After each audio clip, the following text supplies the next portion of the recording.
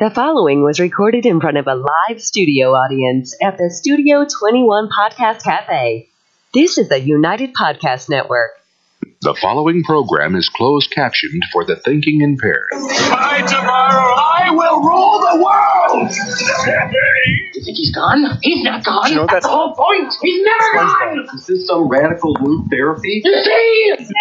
That's Plankton. He's always trying to take over the world. I must have not been paying attention when you were... Alrighty, we're live now. Is that it? Huh? What? Who? All right. That's it. You're live. We thought we were ready. We're really kind of not ready, but we're never really ready. Anybody who's been following me in radio since 1999 knows even when I'm ready, I'm still not ready. Well, we're ready. But the news people are ready. Let's go. We've got some professional news people. Hi, how's everybody going? How's everyone doing? Tom Duggan here in the Paying Attention podcast, our third show. Enjoying being able to take the Paying Attention radio program that we had for like 20 some odd years, turning it into a TV podcast. We're going to be looking for some sponsors for as little as $800 a month. You could be sponsoring this show. You'd be getting ads, print ads in the Valley Patriot. You'll be getting ads on valleypatriot.com during news stories. It's a complete crossover multimedia package. Please call us, instant message us, Facebook us, whatever, and we'll help promote your business. Maybe we'll even have you on the show if you spend enough money with us. But before we get to anything, I've got so much stuff I want to talk about today. We've only got an hour. The radio show is 2 hours, so we're trying to cram a 2-hour radio show into a 1 hour. But the more sponsors we get, the better chance there is we can go to. So before we get to anything, because I got tons of stuff to get to, we've got Diana DiZoglio, state representative, here to be interviewed. Let's throw this to Fred and Meredith and find out what are the news stories of the week here on Paying Attention. Everybody gets it, except Bob LeBlanc, who sucks. How you doing, Tom? I hate Bob LeBlanc. I know. Who brought him up? No, I don't know. Oh, maybe I did. Maybe you did. All right. We begin today's news in North Andover, where residents are preparing to decide whether they will allow the opening of a marijuana manufacturing facility at Osgood Landing. Now, Tom, you may remember Mass voters legalized marijuana use last year, but communities that voted against the measure back then are given a choice whether they want to ban commercial cannabis locally if they want to. So now this Osgood Landing facility, manufacturing facility, would require a 2/3 vote at town meeting to rezone the property. Proponents say it would bring about $4.5 million into the local town budget, much of which would go toward local schools, and that the site would not be used for the retail sale of marijuana. Opponents, meanwhile, cite concerns about traffic and the quality of life locally. A vote scheduled to be held on January 30th. Now, Tom, the Valley Patriot, in this month's edition, there you go, Valley Patriot, they editorialized in favor of this project this month. Yeah, that's weird. I thought they were kind of conservative. I don't know. Tell us about that. I don't know. What do you think about this? Well, listen, I voted, and the Valley Patriot took a position against legalizing marijuana. Yep. Now, people who know me personally think, well, how the hell does that work? Because we all know what Tom's up to. But the fact is, listen, the government is going to do to marijuana what they did to cigarettes. And as a right-wing libertarian kind of guy, I just don't want the government involved in that. Mm-hmm. Finally, Massachusetts did something right after 300-something years in existence. Imagine that. Massachusetts decriminalized marijuana, so the cops don't have to worry about it. But if someone's dealing it, they can still arrest them, and they can go after it that way. And now they just want to make it completely legal. Well, they did make it completely legal, which means they're going to tax it. They're going to regulate it. Right. They're going to regulate the THC in it. You watch. 5 years from now, sure. 5 years from now, it's going to cost $50 for a joint. And you're going to have to smoke 5 of them to get high because the government will so regulate them under the guise of health. Sorry. So you asked my opinion. That's kind of what it is. Okay. But look, we were against marijuana. But now that it's legal, how do you then say we want to stop a marijuana farm in North Andover? Right. Because I think it should be legal. That's like saying I'm going to oppose a liquor store on Main Street because I think alcohol should be legal. Well, you lost that fight. Right. Yep. That fight was lost at the ballot box. Yep. I voted the other way. So now I support this project because it's legal. I don't like that it's legal, but it is. And that's what America's all about. Yeah, that makes sense. Right. Yep. We continue now with news of a big federal court decision regarding immigration. On Tuesday, a federal judge in San Francisco prevented the Trump administration from ending the DACA program, which shielded more than 700,000 young people from deportation. U.S. District Judge William Alsup ruled that the DACA program must stay intact, and those already approved for DACA protections and work permits must be allowed to renew them before they expire, while litigation about its future gets resolved. Trump ended the Obama-era Deferred Action for Childhood Arrivals program last year, giving Congress until March to find a fix. In a bipartisan meeting of nearly 24 lawmakers at the White House on Tuesday, President Trump reiterated his optimism that congressional leaders will be able to work together to reach an agreement on the program's future. I don't know about that. I don't think Congress is going to work together. But Yeah, I don't think they are either. they don't work together on anything. Listen, the only thing that they can agree on is that they all hate Trump. Exactly. Right? Democrats and Republicans. Like, the only thing that they're good for, they've done nothing for 50 years. They've allowed this problem to go on for 50 years. They've done absolutely nothing. And now Trump wants to do something and suddenly like, oh, no, we can work together. Well, no, you can't. Right. Yep. So, listen, if you're here illegally, you're not causing trouble, fine. I have no problem with you staying. As long as we get a wall, we're deporting criminals, we're not giving them welfare, they're not getting free public housing. You want to stay, you want to be a resident, I'm okay with you staying. But the minute you beat your wife, Exactly. the minute you drunk drive, Yeah. go the fuck home. Exactly. Excuse my French. Gone. Right? Yeah. Yeah. Well, Congress might not be too popular these days, but there is someone who is pretty popular these days. Me? Besides Aside you. from you. Yeah. We just assumed you. But so Massachusetts Governor Charlie Baker continues to enjoy sky-high approval ratings, according to a recent poll by WBUR and Mass Inc. polling group. That went live on Wednesday on masslive.com. Nice. We like So, Charlie. according to that service, sure. 66% of Bay Staters had a favorable opinion of Charlie Baker, while only 17% viewed him unfavorably. 74% of voters approved of Baker's job as governor. Now, he fared better than several other Massachusetts politicians did. Massachusetts Senator Elizabeth Warren was found to have a favorability rating of 54% versus 38% unfavorable. How friggin' unbelievable is that? Well- that a woman who cares more about the citizens of other governments than she does the people who friggin' voted for her could have a 56% approval rating among the people she doesn't care about. In Like, how does that Massachusetts. work? In Massachusetts. How does that work? Massachusetts Attorney General Maura Healey, at the same time, 40% of respondents viewed her favorably, whereas 17% unfavorable. Wow. She could be in trouble. How's that possible? Well, I I don't thought know. she was the golden girl. No, those are there's lots of time to improve those numbers, All right? right, yep. So, good news. The news was not quite as good, rather, for President Trump. So the same pound. Oh, I'm so shocked. I know. In I'm Massachusetts, sure well, Massachusetts is -3. Right. It's shocking, I know. But same poll found 28% of voters approve of the president, whereas 64% viewed him unfavorably. Nearly two-thirds of respondents do not think that he is fit to serve as president, and 59% say that having him as president is bad for the country. That's awesome. So 2018 is election year. What do you think all this means? It doesn't mean a damn thing. No? Because what people don't understand is that when the news reports on polls, they're really just reporting on the success of what they've said the week before. It's true. If the news comes out and talks for a whole week about shark attacks, even though there were fewer shark attacks this week than last week, then you poll people on Monday and say, hey, do you think there have been more shark attacks? 68% of them are going to say yes. Yeah. So when CNN ever comes on and they say, a new poll came out that says Donald Trump hates babies. Well, yeah, you just spent the last week telling everybody that he hates fucking babies. Of course he does. Of course people think that. It's lazy journalism. Reporting on polls, not like you guys, because That's okay. you bring it up so we can That's talk about yeah. it. But CNN coming out and talking about a poll, and by the way, when they take the poll, it's always a push poll. Right. Right. Like they word the questions to get the most negative response on Right. Trump that they can, and the most positive response on any Democrat that they can. Right. So, Well, anyways, that's my we'll see. rant on that. We'll see. So, speaking of politics, speculation's building that former Mass Governor Mitt Romney will make a run for the U.S. Senate. He's so friggin' useless. That speculation comes amidst news that 83-year-old Utah Senator Orrin Hatch, the longest-serving Republican in the Senate, will retire in 2018 after spending 42 years in Washington. Yeah, nobody should spend 42 years No, in nobody Washington. should. Long time. I mean, here's the other thing, though. I did a rant on this on Facebook this week.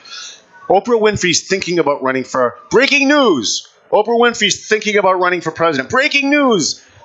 Mitt Romney's thinking about running. When did people thinking about stuff become news? Like, I thought when they did it, it became news. Right. Right? Mitt Romney announced he's running for Senate. That's news. Right. Yep. But otherwise, like, I'm thinking of taking a dump. Is that breaking news? I don't understand. Like, how does... You know what I mean? Right. Well, I Romney, don't want to unprofessionalize your news, but I just... he hasn't announced publicly if he's going to run, but he did change his Twitter profile to say that he comes from Holiday, Utah. Yeah. It previously said Massachusetts. Yeah. So he actually polls well in Massachusetts. 54% said it's a good idea. 29% said bad idea. Yeah, and these are all the people who hated him when he was governor. So like, Exactly. Massachusetts are all they're schizophrenic Democrats. They don't know what they think. Right. You never know. You know, I'm thinking about moving to New Hampshire. I've been thinking about it for a couple of years. Yeah. Except all the mass holes moved up Right. here. It's becoming Democratic. So think about this: the people from Massachusetts who screwed Massachusetts up all moved to New Hampshire because now Massachusetts is screwed up. Then they get here and they go, oh, we need full-day kindergarten and raise our taxes and barrel roll up. Well, wait a minute. Right. Maybe you need to go way, way up, Well, like on the Canadian border or something. Yeah. You can't go to Canada, all the communist stuff there. Yeah, you can't go that far. No. Well, Tom, finally in local news, the Baker-Polito administration recently awarded $388,000 in grants to 10 communities to complete asset management plans. Well, that sounds like a total waste of money. Convince me. Guess good news. City of Haverhill, locally, they received $40,000 for grants under the program. And what are they going to do with it? So what these plans do is they enhance the long-term operation and maintenance of communities' drinking water and wastewater systems. How do they do that? I don't know. But they got $40,000 to figure it out. But that's why they needed the grant. But isn't this awesome? The governor's office, Mayor Ferrantini, whoever it is, because that's this story, right? It's the governor and Mayor Ferrantini. Right. They send out these press releases saying, "Oh, isn't this awesome? We got $10,000 for like green technology training," and then they never tell you how they're spending it. Right. Well, how about okay, you got $40,000 for all this long protracted thing that you explained but didn't say anything. How about just tell us how you're spending the money? Yeah, right. It's going to be $40,000 maybe for infrastructure, for pipes, to hire somebody. But they never tell you. We'll have to follow up. Right, yeah. They need another grant for that. Right. Yeah. That's the press release grant. grant. Call Jim Ferrantini's office and see what he's doing. Yep. That's your news today. That's it? That was all there was? That's it. So I ruined your whole day just for that. No. I feel bad about that. No, last week we had snow. Today we have news. So. See, I have a security team, Twin Light Security. They follow me around when I'm in Lawrence going to shooting calls. Yep. And then my intern, Maddie, she has a security team. Her father, who chaperones her when she comes to my office. That's the best security team, actually. To protect her from me. It's a good idea. And I asked Meredith to be my news person, and of course, Fred. I got my bodyguard. Fred had to come and be her security. I noticed a trend here, Tom. I noticed a trend. Yeah. See, this is going on. That's all right. There was 100 people here, but half of them to protect the other half of the people from me. That's okay. Whatever gets them here. So, well, listen, I appreciate you guys. Plug your business, Lyric Properties, Lyric Real Estate. What do you guys do? A couple different businesses. We have Lyric Consulting, which does communications and marketing for political candidates and small businesses. Lyric Properties, which is selling and helping people buy property all around the Merrimac Valley, Fred's an attorney, so if you find yourself in trouble, we'll get you out. Not if, when. Yeah, right. I made an attorney to protect me from him. Well, listen, thank you guys for coming. Thank you. I appreciate the news. And are you guys having fun doing this? We're having a blast. We're having a blast. Absolutely. Plus, the coffee is great here. Sean the barista. That's right. There you go. We'll have him bring us some coffee in a few minutes. We got to get him camera time. I love that guy. So, all right. I'm Tom Duggan. This is the Paying Attention podcast. We're going to take a quick break. Excellent. We'll take a quick break. We've got State Representative Diana DiZoglio is with us today. She's going to talk about the opioid crisis. Going to break her chops a little bit about some of the other silly things that she does. But she's like, "Are you setting me up?" I'm like, "Of course I'm setting you up. You've been on my show before. Go on." So we're back with Diana DiZoglio after this on Paying Attention, where Bob LeBlanc doesn't get it, but we're going to talk lots about him every week. Trust me.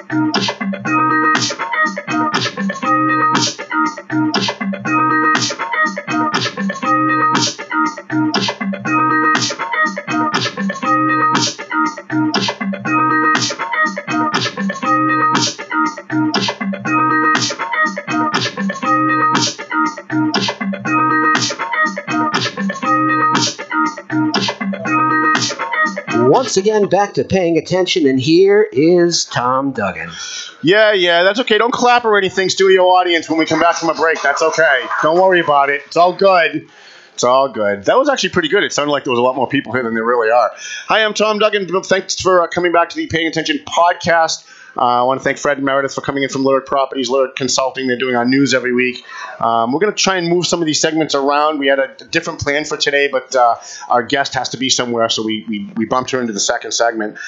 So sitting with me today is my favorite state rep in the entire state. And anybody who knows me knows I don't just say that because people are here. You actually are my favorite state rep. And every time Jim Lyons calls me, I always answer the phone, how's my second favorite state rep? And he just cracks up laughing because he knows you're my favorite. Well, I'm your state rep, so that makes me very happy. That's true. She represents North Andover. She represents Methuen and parts of Haverhill and Lawrence, too, right?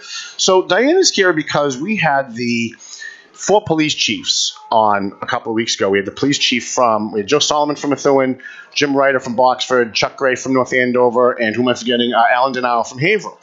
Almost all of which you cover.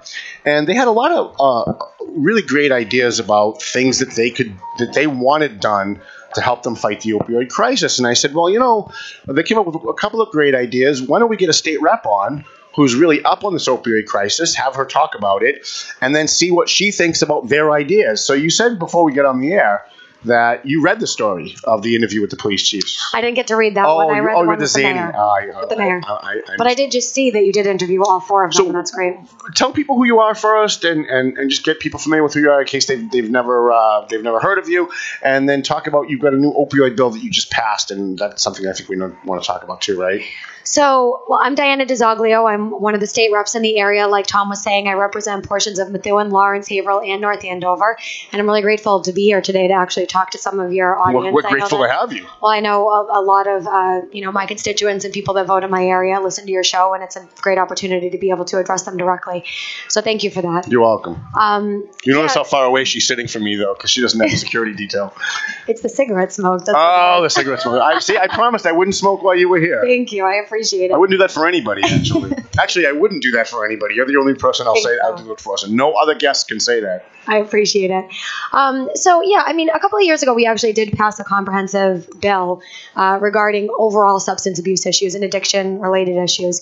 And that bill included things such as the 7-day limit on prescription opioids that we worked hand-in-hand with Governor Baker on and with the state Senate on. Can you sort of what does that mean? 7-day waiting period on opioids. What is that? How does that work? So what it is what's been happening in recent years since the 90s when drugs like OxyContin became legal and were really advertised and promoted.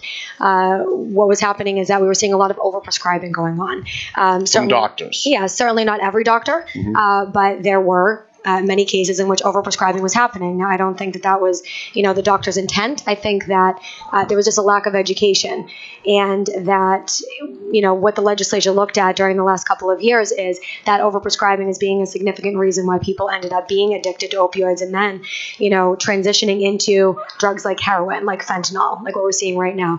So the way that the legislature and the administration came together to try to combat that, rising use of opioids overall was to target prescription opioids and to try to make it so that it was a little bit, more stringent regarding the regulations, so that doctors were more educated, and that we were able to actually track as well, or not us, but the doctors were able to track who was doctor shopping and find out who was going from doctor to doctor to try to find a way to get their prescription opioids. So what's the 7-day waiting? The 7-day waiting is that a doctor now cannot, when it's the first time a person's being given a prescription, if you go in and you get dental surgery or you break your leg or something, they can give you up to 7 days of a prescription opioid. I see. So, like when I got my wisdom tooth out, I got addicted to Vicodin. Mm-hmm. So I had my wisdom teeth out. They gave me Vicodin. Within a week, I was gobbling 4 or 5 Vicodins a day because the pain was just horrible. But I had like a 90-day supply. Like my doctor wrote me like a 90-day supply. So I had like 3 bottles, and they were gone in like a week and a half. And that's what the issue was. It was that people were getting over what they needed. There was left over, opioid prescriptions, whatever it was, and a lot of people were actually saying to us on the committee, because I serve in the committee for mental health and substance misuse. So a lot of people were saying to us, well, I got this prescription, and then I thought that I was supposed to finish the prescription. Right. My doctor told me to take this. Or I got this prescription and it was way too much. I kept it around, but then I used it on an as-need basis. Or I got overprescribed and my son or my daughter or my spouse started using the So this 7-day waiting period basically says, like, if I go to a brand new doctor and say, hey, look, I need opioids, they got to wait at least like 7 days before they can give me. So it's not that. It's actually that if they diagnose you with something that warrants in their medical opinion. They can only give you 7 days worth of supply. Exactly. Gotcha. Exactly. Okay. Excellent. So you have another bill that you pushed on, and I'm looking because Kiana sent me the notes here. Good job, Kiana. Sorry.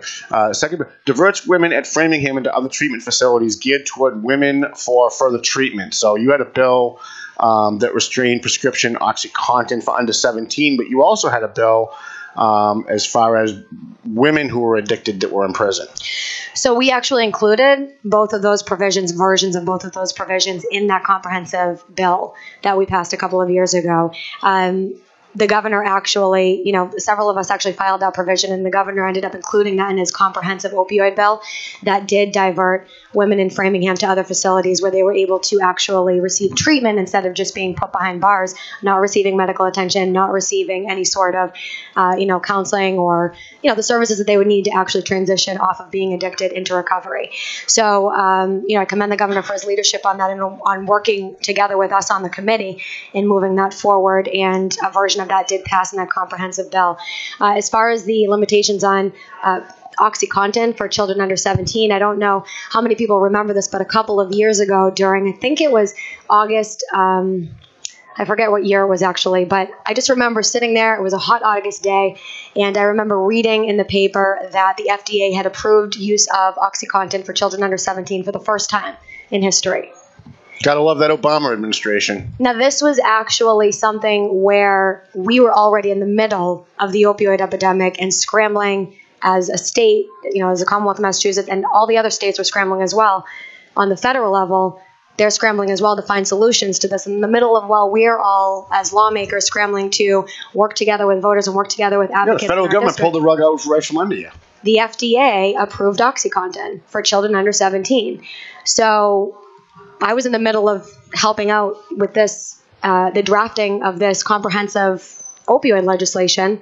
And while we were drafting this opioid legislation, the FDA approved OxyContin for children under 17. Those bastards. So I filed a bill, and some people said it goes a little bit too far, and that's okay. I like to push the envelope a little bit. That's what we like about you. And it went before the committee. We had a couple of people that had concerns about that, but we worked together.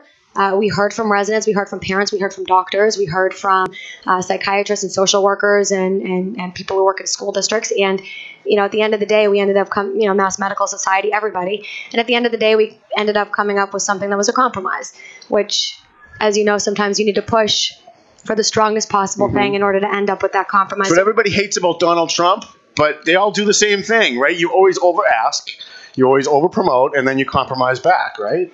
So she's not touching the Trump thing. Isn't that awesome? Well, I'm here to talk about state issues right now.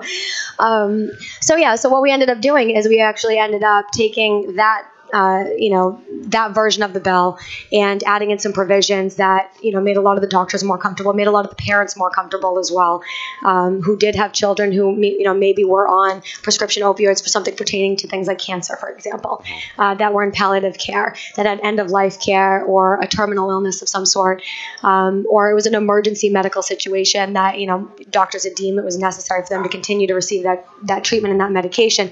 We worked together and we set up a couple of different provisions that did provide, opportunities for those specific circumstances to be able to receive those medications under the direct supervision of a doctor.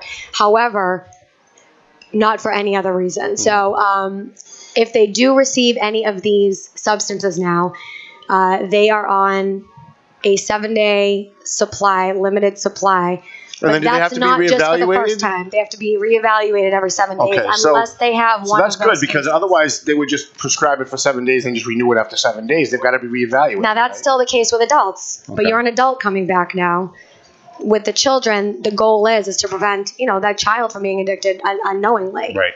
Because they happen to be sick and they get on the prescription opioid, and next thing you know, They're addicted. So we got a big question for you because we had all 4 chiefs here. All of them but one agreed. I think Chuck Gray was the only one that kind of didn't agree.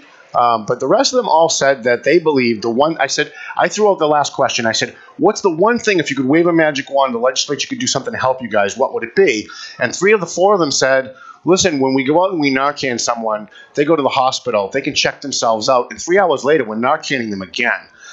If the legislature could pass some kind of a law that made it a mandatory, like 15 to 30 days to go get clean, to get whatever rehab, whatever it is, it gives the families a break because they've been dealing with this crap all, daily basis. The families are burnt out. Families have been stolen from, all the problems that they're having. And it gives the person's body a chance to detox. And then if they come out and they go and they do it again, well, that's one thing. But it gives the cops a break, the families a break, and the person's body a break.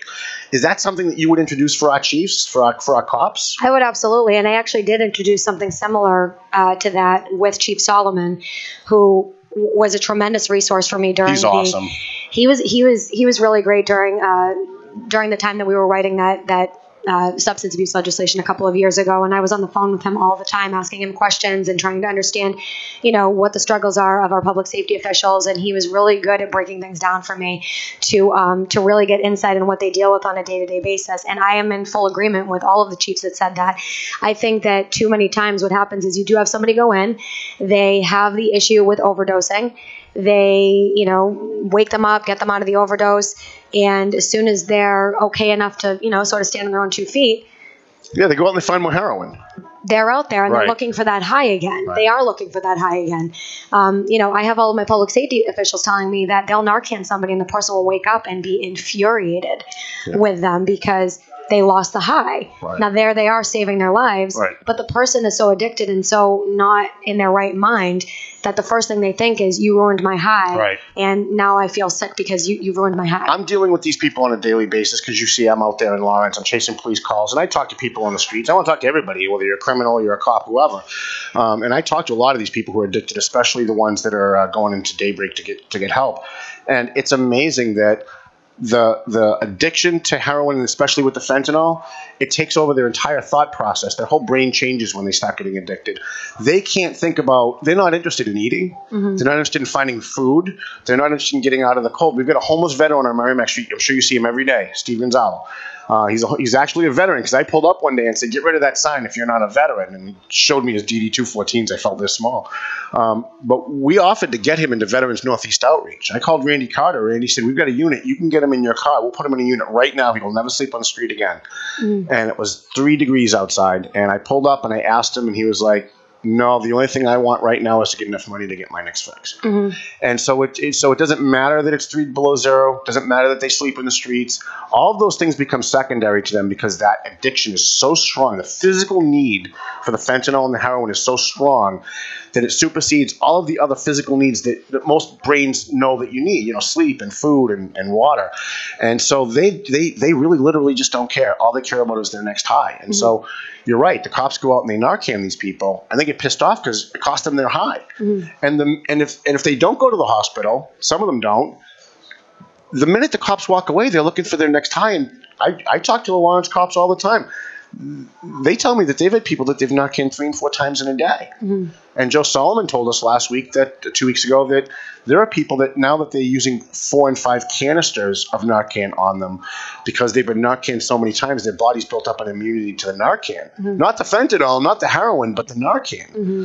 So I'm glad that you'd be interested in doing that, introducing that bill. I'd like to help you work on that if you'd be interested in having Oh, absolutely. That'd be great. Yeah. So what else are you working on? We got about 4 or 5 minutes with you, and I know you've got to be in North Andover in a half hour. What are some of the things that you're working on now, especially given what we're talking about, the drug crisis, police officers, all that kind of stuff? Well, I mean, I'm just going to continue on the same topic and just talk about what I'm working on right now, like you asked. But I think that a lot of things that you were talking about really touch on one particular subject, which is that we need to be able to fund the things that we want to see happening. And I know we're going to get into the funding issue, but you said it yourself. Okay, so if we need the money, just tell us where it's being spent and tell us how it's being spent. Right, yeah, we just want to know how the government spends the money. And I think that that's more than a fair enough requests. So I think that when we talk about all of these different services that are provided, you just mentioned Randy Carter and the Northeast Veterans Outreach. I actually was just on the phone with Randy Carter in the parking lot here before I was coming on your show. I said, he said, how's your buddy Tom Duggan? I said, I'm going to see him right now. I'm going on his show. He should be here. Why isn't Randy here? He said to say hello to you, but what organizations like the Northeast Veterans Outreach Center are doing is they're providing opportunities for, people who do have issues but who want to seek help and who just need that helping hand, who need a little bit of outreach, who need, some care, who need to find a warm place, a warm bed, have a hot meal, and need to have a shoulder, honestly, to cry on while they're detoxing. And if you're a veteran and you can get to Veterans Northeast Outreach, they'll send you to rehab. And because you're a veteran, you're not going to pay anything. If you need a place to stay, they've got units there. They've actually got apartments. They've got buildings that they've rented, leased, or purchased on that street. So, I mean, when I'm out and I'm chasing calls and I see someone, if I know they're a veteran, I'll try to get them into my car. I'll try to get them up to Veterans Northeast Outreach.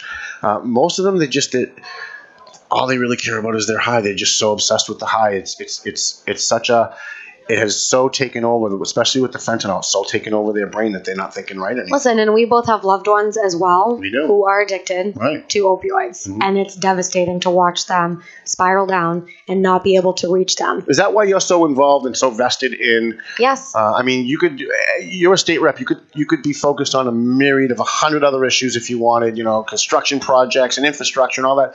But you've tended to focus on the opioid crisis. And is it because of the personal? So it is because of the personal connection with people who are loved ones who I've seen become addicted due to prescription opioids in particular. But also because of people in my community that I've grown up with, that I've known since childhood, just watching them spiral. Talking to community advocates, people like Phil Leahy. We'll get him on at some point. Yeah, who we started Merrimac Valley Prevention and Substance Abuse Project together, that whole group. I mean, that group has done tremendous work in the Merrimac Valley. They've done more than the government has done in the last 30 years. Phil Leahy's group in the last 3 years has done more than government. There's no question about it. Well, it makes me happy to see them succeed so much, considering that we had very humble beginnings back in 2013. I mean, it was me and Phil Leahy sitting in a room trying to talk to a group of people. He used to call me and say, me and Diana are meeting. Like, do you want to come down and help? And I'm like, no. I don't want to get involved. That's a whole mess. So I'm not dealing with that. But people like them as well, they are providing vital services to families in our area, in North Andover, in Methuen, in Lawrence, in Haverhill, in Andover, that other organizations or the government can't really provide. You can't legislate somebody, giving you a hug and telling you it's going to be okay and talking you through a breakdown. If you passed a when bill you're overdosing. for mandatory hugs, I would support that.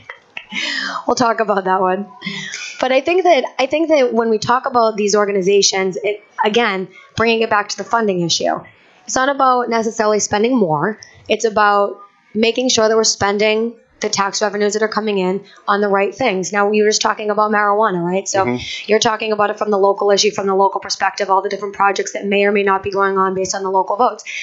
At the state level, we had the marijuana bill come before the legislature after it was approved. I hope you voted the right way on that. And I actually voted against it. Good for you. That was the right way. Well, I did. I didn't think that it was.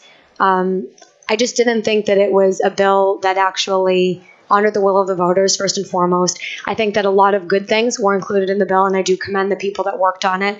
I had some amendments that were included in the legislation, but at the end of the day, there wasn't enough to offset the things that I think that we needed to change. And I wanted to see some more provisions added in there, especially considering the fact that we are still in the middle of a substance abuse epidemic overall. So do you see this, because you're seeing it from a different perspective than we do on this end, right? This opioid crisis. Are we near the end? Are we still near the beginning? Do you think we're in the middle? Like, where do you think this crisis is? Are we? No, we still have a long way to go. So we're still just at the beginning. A long way to go. And unless we have a continued concerted effort, now the governor is coming before us on the Mental Health and Substance Misuse Committee. I believe it's this week or next week. He's coming before us, and he will be presenting his second second version of an opioid bill that he's going to be presenting to us to be voted on, hopefully by the end of the session. I'm looking forward to that because that actually provides a vehicle for reps like myself who, have been trying to get bills through committee, but they keep getting hung up in committee for months and months and months. Or years and years and years. But see, when that happens, you've got to let people like me know, not just me. But I do. like and you call in and you advocate. Right, yeah. You do. Because if I know there's a state rep on a committee holding up one of your bills, they'll get a phone call from me. I promise you. I promise you, before that committee meeting is over, they're not going to be giving you any crap. I do appreciate it. And I need the support from my constituents calling in and supporting the bills that we're trying to pass together. But the governor filing a bill like this does provide a vehicle. Because we can actually take some of the bills that we've been working on and we can have conversations with the administration and with our committee chairs and with House leadership about, possibly adding in as an addition to what the governor is proposing, some of our ideas. And that, it tends to be a good conversation when we have those conversations because we're already in the mindset of we're working on this comprehensive bill. How do we get more? I know you have to go, so I don't want to, I have to cut you off. How do we get more beds for addicts? How do we get more beds and more rehab?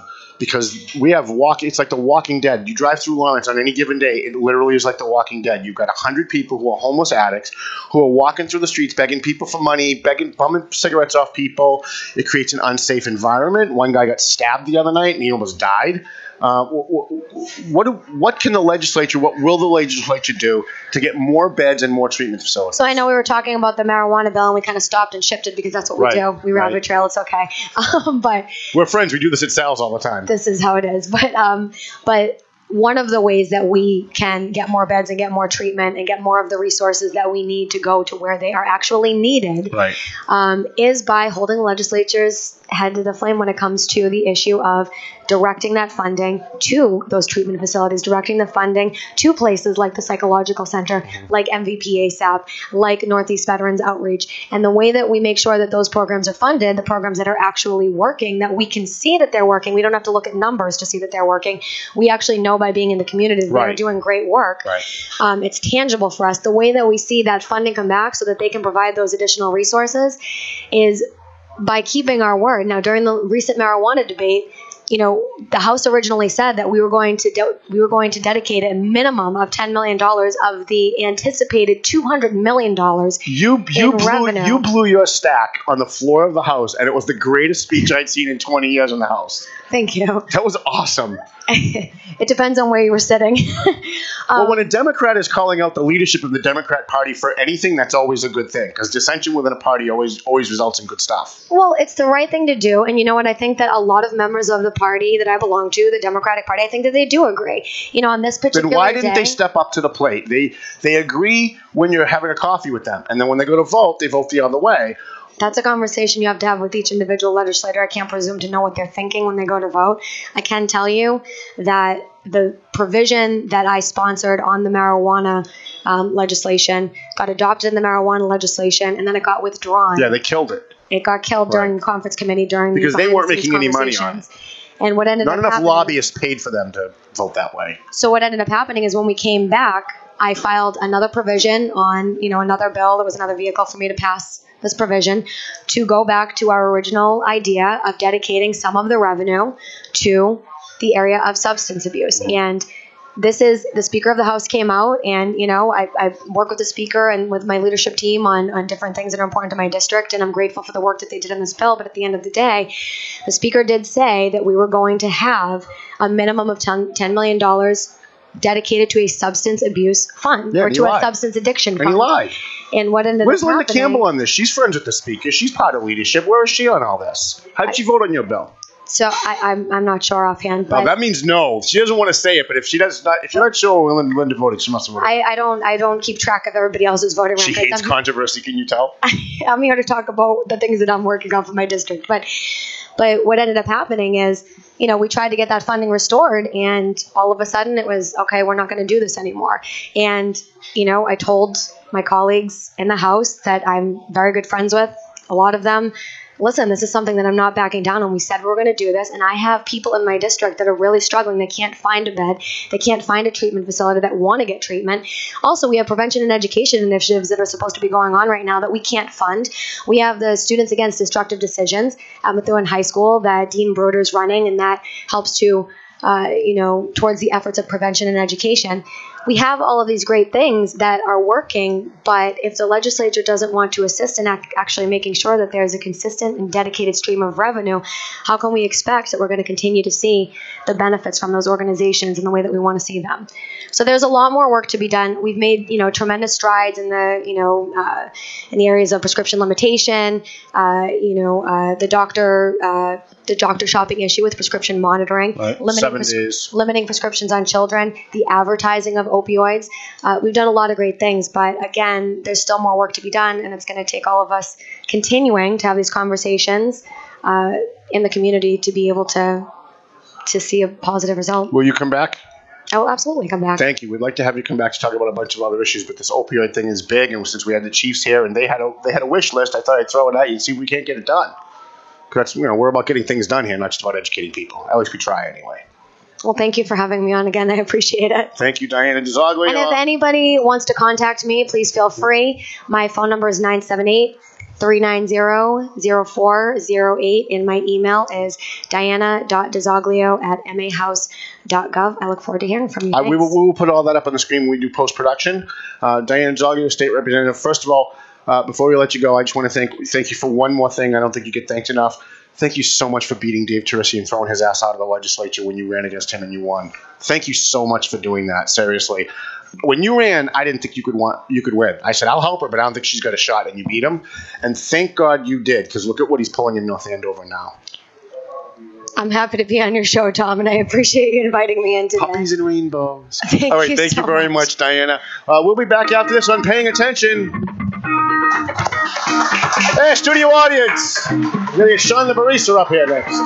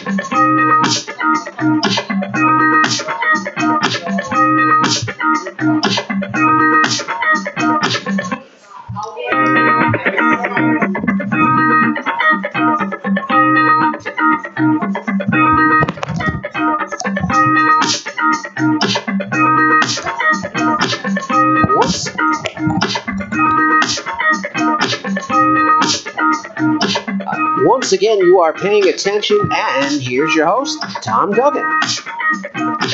We up, we on. Excellent. I want to thank our guest, Diana DiZoglio. She is something else, I'll tell you. She came to me about, 6 years ago now, and she said, I'm thinking of running against Dave Turisi, and I'm like, look, I'll help you. I'll do anything I can to get rid of that asshole, but I don't think you've got a shot. So just know that, don't convince yourself you can win and then be disappointed when he crushes you, because he's been a 14-year incumbent. He's from the Turisi family. They own Jackson Lumber. There's no way you're going to beat this guy. And she said, I'll just knock on more doors and I'm going to beat him. And she did.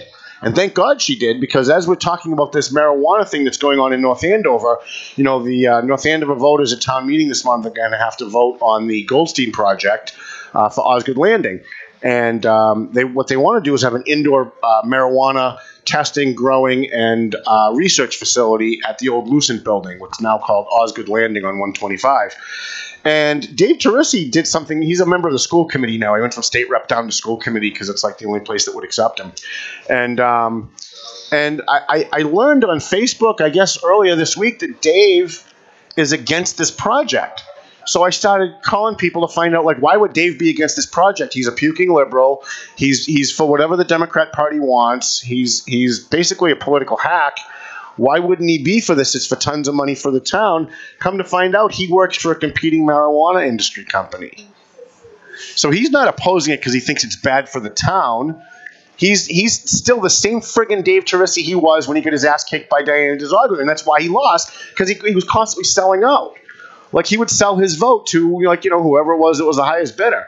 So we learned that this week. I wanted to pass that along to my viewers, because that's something that people who are following us should know as we go forward with this marijuana debate. We're going to try and have Jeff Goldstein on either next week or the week after to talk about the North Andover situation. I think, again, I voted against marijuana being legal, but now that it's legal, how do you oppose a liquor store on Main Street because you don't believe liquor should be legal? I mean, it's not even an acceptable answer. So we're going to have him on. We're going to talk a little bit about that. There's a story. I'm not sure if it's today or yesterday in the front page of the Evil Tribune. And the minute I was, because I don't read it anymore, and I should because I'm in the news business, and people always ask me, "Did you see the Trib today?" And I don't, and I should, but I don't. But I was walking past an Eagle Tribune yesterday or today, and the headline was, and I'm paraphrasing, you can find it online if you want, Haverhill counselor's son begins his trial for rape. And I was just shocked. The whole reason we started the Valley Patriot was because of asshole moves like this. Now, you tell me, son, and just think about this as a regular person, right? Even if you're a political person. Why is it that someone can get accused of rape, someone can get accused of drug trafficking, whatever, beating their wives, domestic violence, drunk driving, and it doesn't make the front page of the paper? It makes maybe the inside if it's in the paper at all. It's in the arrest reports if it's there at all. But because someone happens to be the spawn of an elected official, because someone happens to be the son or daughter or brother-in-law of an elected official, that somehow means that kid should have his life ruined and on the front page of the paper for the rest of his life. Because look, let's remember, this kid's only on trial, right? I'm not even going to say who the counselor is because it's not right. What the Tribune did and what they do is disgraceful. It's the reason. It's almost the number one reason we started this paper. It's disgraceful. You have ruined this kid's life for the rest of his life with an accusation. Now, let's say he goes through his trial and he gets found not guilty. Think that's going to be on the front page? Probably not. Probably not.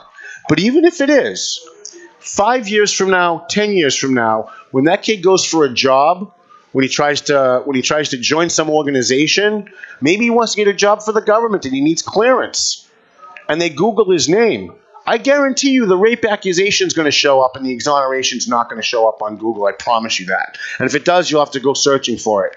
And at that point, it doesn't really matter. I don't think it really matters at that point. I don't understand why the media thinks that someone being related to somebody doing something bad means that person who's related to them should be on the front page of the paper. I don't get that. That's not journalism. That's the National Enquirer. I mean, really, it's slander. If you ask me, it's libel. If you ask me, because he's not getting treated the same way as everyone else. Now, look, if the Haverhill City Councilor had pulled strings, like say maybe his kid was about to get arrested and he called the police and he called the chief and said, "Hey, I'm City Councilor so-and-so. Can you give my kid a break?" Okay, that's a front page story. Like, he tried to use his influence as an elected official to get his kid out of something, that's a front page story. But the fact that someone who happens to be in a position, an elected position, and their kid goes out and is accused of doing something wrong, that kid should have his picture on the front page of the paper. By the way, is the woman who was accusing the city councilor's son, is her picture on the front page of the paper, anybody? Hands? No. I didn't see her picture on the front page of the paper. What if she lied? What if she lied? I know we're in an environment now where every woman who makes an accusation by virtue of the fact that they have a vagina, we're supposed to just believe them. Like, whatever your physical makeup of your body is, that's what we use to determine whether we believe people now. But the fact is, people lie, whether you've got a vagina or you don't. So is the woman who made the accusation, if her picture's not on the front page, why is the person who's innocent until proven guilty, why is his picture on the front page? Why is his father's picture on his father didn't go out and get accused of rape? Why is the father's picture on the front page of the paper? You know why? Because the press doesn't give two shits about destroying people's lives. The Tribune, CNN, the Globe, the Lowell Sun, they don't care about destroying people's lives. They don't care that they've literally ruined this kid for as long as he's here. What they care about is that you're going to spend $1 when you're at Richdale when you see that headline and you pick up that story so they can make money on it. I'm sorry. I don't know what else I could liken it to, but to me that's no different than the drug dealer on the street selling drugs to your kids. To me, if you're going to destroy someone's life on an accusation and just be, I hope this kid gets found not guilty if he didn't do it. Boy, wouldn't it be awful? Wouldn't it be awful if this kid's not guilty and his picture's on the front page forever? I hope if he didn't do it, he gets off. And if he's guilty, listen, throw the book at him.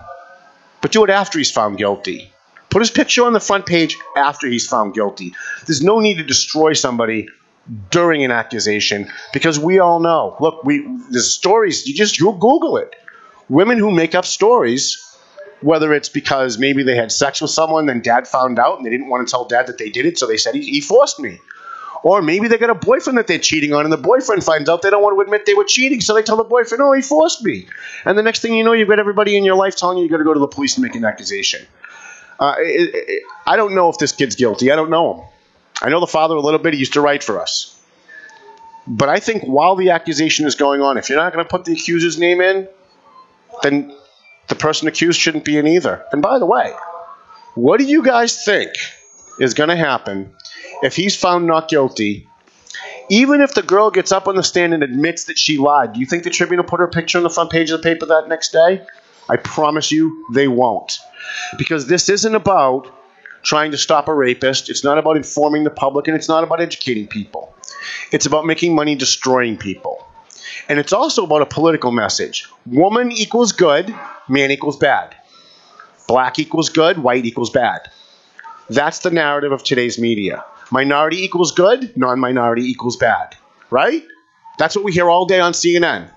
That's what we see every day in the Globe, the Herald, the Sun, all these other newspapers. So I just, when we run the Valley Patriot, we try not to do that. And when we do the show, we're going to call it out when we see it. What else do we have? I had a whole bunch of other topics I wanted to talk about, but I'm trying to cram it all in into 10 minutes. We can go over a little bit, right? Just a little bit anyway. Sitting to my left here, we have my two interns. I appreciate you guys sitting up here with me for a little bit. Maddie Ryan, who's all the way to the far left, because she needs someone to protect her from me. She's got Kiana in the middle. And then we've got Kiana, who's really only here because she's pretty. But that's it. We want to thank Twin Light Security. I actually have get through the whole show. We're almost at the end of the show, and I haven't thanked everybody. Twin Light Security they do my security. So when I'm driving around Lawrence and I'm going to shooting calls or accidents or fires, it's always good to have Twin Light Securities with me. Sometimes there's a guy in the car. Usually Mike Thibodeau's with me. Sometimes we get a couple of guys following us behind. Because when I get to the scene of something, I'm looking through my screen, I'm looking through my camera. I can't be looking over my shoulder to see who's like coming up from behind me. So it's always good to have those guys there. Two Guys Smoke Shop, which is where we are doing our show from. Don't tune out. I'm doing credits, but that doesn't mean I'm done. We also want to thank Rick Belanti, our DJ. We've got our charity bash coming up in March, so you want to keep an eye out for that. And I'm stalling so I could find my note. Look at this. In Lawrence this week, how much time we got? We're good? In Lawrence this week, the Lawrence City Council, which has blathered on and lied for the last 20 years about how much they friggin' love diversity. You listen to Kendrys Vasquez during the election, it's all about diversity. And you listen to Modesto Maldonado and his crew, and everything's about diversity. Diversity is important. But apparently diversity is only important when they're advocating for some minority position. Because this week, the Lawrence City Council decided to make Kendrys Vasquez, elect Kendrys Vasquez the city council president. He is Latino. And up until that moment, current vice president, Mark LaPlante, was white. And that was pretty diverse, I thought. You had the president was Latino, the vice president was white.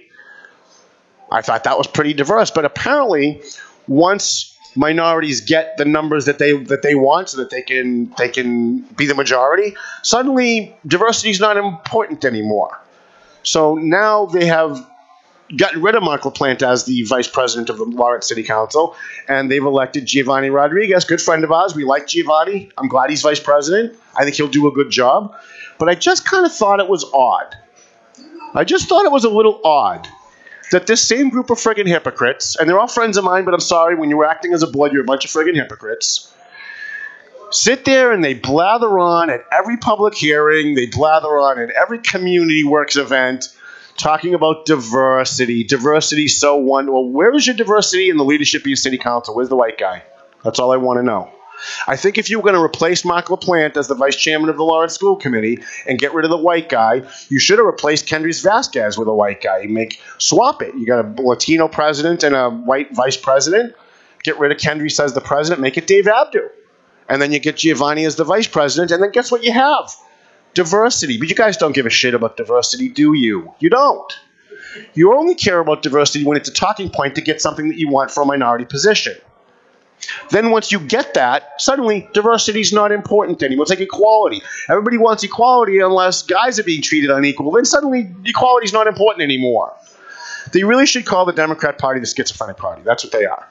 Everything that they believe is in direct contradiction to everything else that they believe. It's crazy. And we talked about that last week. What else do we have here on our list? Yeah, we're going to have to skip over that. Listen, I love Suzanne Bump. How much time we got? All right, good. We'll do the last 5 minutes on Suzanne Bump. All my Tea Party people are going to fucking hate me now. Suzanne Bump is a left-wing, a really crazy left-wing moonbat, so-called progressive. She thinks Elizabeth Warren's too conservative, all right? But she's the state auditor. So I get emails at least 4 or 5 a week from people who either find an interview that I did with her online or find a story that I did about her online or saw a comment that I made on Facebook about how much I love Suzanne Bump. And they all basically say the same thing. Tom, how can you love her? She's a left-wing moonbat. She's for abortion on demand up to 3rd grade. She's for taxing everybody at 90%. She thinks Bernie Sanders is too conservative. How can you possibly love this woman? Well, it's easy. She's an auditor. It doesn't matter where she stands on abortion. It doesn't matter where she stands on the death penalty. She's not in charge of the death penalty. She's an auditor. And look at what she's done as a state auditor for Massachusetts. She's gone after DCF, Department of Children and Families. She's gone after the Welfare Department. She exposed millions of dollars in welfare fraud in the Welfare Department. And Deval Patrick, when she did it, came out and publicly attacked her because she was going after one of their holy grail issues. So you know what she did? She did another audit. And she found more waste, fraud, and abuse. And she found more corruption in DCF and in the Welfare Department. If a Republican had done that, if a Republican state auditor had done those audits, you know that the Boston Globe and the media and Deval Patrick at the time and the Democrat legislature would be running around saying, oh, that's a bogus audit. They hate minorities. They hate poor people. They're racist. Republicans are racist. That's the only reason they did this. But when Suzanne Bump does it, they can't say that, can they? So I think there's a tremendous value to having someone like Suzanne Bump in the position that she's in, because she can come out and she can advocate for photo ID on welfare cards. No one can call her a racist. She can come out and she can audit DCF and say they're wasting money. She can go after welfare and say, why is there millions of dollars missing and wasted out of the welfare department? And no one can say she's doing it because she hates those brown people in Lawrence. So she's having a huge effect. And as I was saying to Diana DiZoglio earlier, anytime a Democrat goes after a Democrat issue, and anytime there's dissension within a party, Democrat or Republican, it's always a good thing for the public. Because most of this stuff gets done behind closed doors. Everything's done with a whisper and a deal and an email. And then when they come out in public, it's just for show. It's all theater. So when you have conflict within a party, that lifts the curtain a little bit, and you get to actually see how that sausage is made. And thanks to Suzanne Bump, we found out that DCF, even after their audit, haven't cleaned up their act. I mean, it's a total disgrace what they're doing with these children. There are children missing they don't even know. And you listen to the scanner every day. I listen to the scanner every day. You got kids from the Key program in Methuen going missing on a regular basis. You have kids in that program assaulting staff members, and they can't defend themselves. Because, well, if you hit a kid back, even if you're defending yourself, it's a child. And Suzanne Bump does a great job. And so I welcome the emails that I get. I understand that my fellow Tea Party members, just because I like Suzanne Bump, please don't start your email off with, when did you become a liberal? So I don't agree with any of her political stands at all. but she's not in a political position. Yeah, she runs for the job, but she's not in charge of abortion. She's not in charge of these other things. She's not in charge of raising taxes. In fact, I would argue the money that Suzanne Bump has saved the Commonwealth of Massachusetts by exposing the waste, fraud, and abuse in social service programs has allowed the state to recoup some of that money and actually give it to kids who need it. Every person that's got a fake welfare card out there is stealing money from a kid who needs it. That money was appropriated by our state legislature to help people, whether it's the home heating assistance program or whether it's the WIC program. I think we spend way too much on it. But when we see waste and fraud, when we see abuse, and we see people with fake IDs, when Willie Lantigua was getting home heating assistance while he was a mayor and a state rep, and had a living girlfriend who made $100,000 a year, someone should have gone to jail for that. But at least they found out about it, was able to recoup the money, and poor little Jose on Hampshire Street in Lawrence can actually maybe get some home heating assistance and doesn't have to go to bed cold tonight. So I just wanted to answer some of the emails that I get on Suzanne Bump. People, even after I've explained it, still can't figure it out because this is supposed to be a war. And the other side is supposed to be the enemy, and Suzanne Bump's a liberal, and she's the enemy. People who are reasonable, who don't live, breathe, eat, and sleep this stuff every day, most of us don't see anybody as the enemy. Even Elizabeth Warren don't see them as the enemy. They're people. And sometimes you can talk to them. Sometimes you can change their mind. Sometimes you can't. We're going to be having, how are we doing on time? We good? Well, we're at 3. All right, so let me wrap up. We're going to try to get DJ Deeb to come on the show next week. Joe Solomon just drove off the road. Apparently, there was a little kerfuffle here at my first show 2 weeks ago. And DJ Deeb was here. And we love DJ. He's a columnist for the Valley Patriot. I've been watching him for a while. I like to keep guys like DJ close. We agree on a lot of stuff on politics, but he's now attacking Chief Solomon, and he's now attacking the Methuen police. And he claims to be a libertarian. But I don't know any libertarians who are for increasing funding for local schools. I don't know any libertarians who say, let's take money from the cops and give it to the school department. Now, quite frankly, we spend way too much money on schools, I think. But whether you agree with me or not, libertarians, as part of being a libertarian, is for lower taxes and lower spending, not lower spending for cops and more spending for schools. So we're going to have DJ come in next week. I've got a story I'm going to be writing about his shenanigans that he's involved in, what he's trying to promote and what he's saying. And then we're going to come in, I think, next week. We're going to talk about it. Maybe we'll even get Joe Solomon in here. Maybe we'll get him to fight. That would be fun. Like a good on-air fight going on. Where are we? Oh, so next week at 2 o'clock here at Two Guys Smoke Shop. I want to thank Dave here at Two Guys Smoke Shop for helping us out. We're going to try and help promote you a little more. Sorry I didn't mention you at the beginning. Twin Lights Security. It's Twin Lights with an S. So if you're looking for them online, it's Twin Lights Security. My buddy Mike Thibodeau. I'm going to try and talk slower. I know I'm rushing through this. I apologize. We also want to thank Francisco Urena, who was supposed to be a guest last week, and we're going to try and get him on again next week. I'm looking for my Frank Can at Coffee Can, Frank H. Can Associates. We're going to try and get him on at a subsequent show. Team Zagala, Century 21. You can throw some music up as we're on our way out there. Stu Fink, we want to thank you for producing the show today. Jonathan Bergeron, Christina Jascott for putting up with all my crap. Maddie Ryan, my intern. See, it's like I'm back in Lawrence. This is exactly what I'm looking for. Kiana Roy, who comes here to look pretty every day. We're going to give her a role next week. Ira, who's not here. Maddie's security team, Bill Ryan, who protects her from me. Who do we leave out? Anybody? Sean the Barista. We didn't get Sean on the show. Okay, you have a whole segment next week. Sean the Barista. And of course, Rich Russell, who's here. He's our photographer at the Valley Patriot. The Valley Patriot is on the street. The January edition is out. Look for it. If you'd like to sponsor the show, we'll give you ads in the print edition. We'll give you ads online on valleypatriot.com. For less than $800 a month, we can promote the hell out of your business. Trust me, you'll make a lot more than the $800 back. Thank you, everybody, for coming. Thank you to the studio audience. One more show in the can. Wow, they really do good look on camera, huh? Wow, fantastic. We should do 2 hours of just that. Oh, here he is, Sean the Barista. He's here. He's here. Thank you, Sean. I do with my pinky out now. Hold on. With my pinky. Is that how you're supposed to do it with the pinky out, right?